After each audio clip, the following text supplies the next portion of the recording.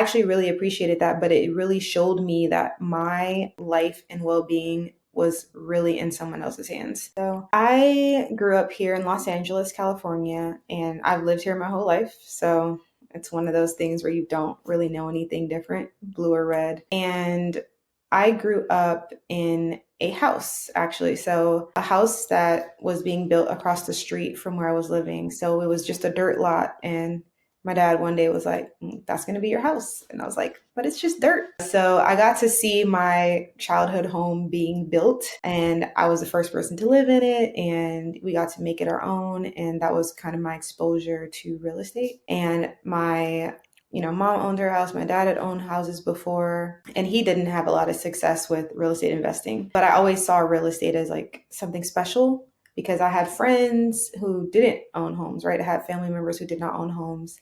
They lived in apartment buildings. It just seemed like kind of a different lifestyle. So when I got the opportunity to buy my first house, I was excited, of course, and I felt like it was a big deal. And I also was given that pressure from my dad and my mom, like, hey, you got to own a house, you got to own something, you can't just rent forever. So that's kind of like my foundation in terms of real estate. And I got started in investing through the pandemic, actually. So I was working at a big law firm, making great money, and pandemic happens and I see people losing their jobs. And I was like, I don't understand.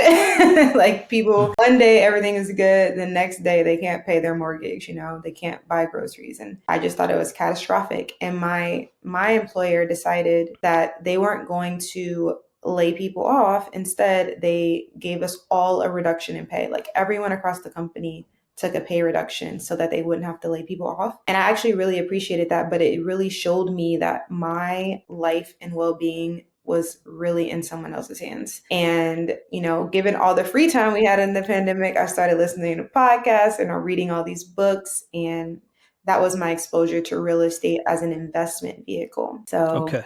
yeah, took a course, jumped right in, and it's been pretty aggressive.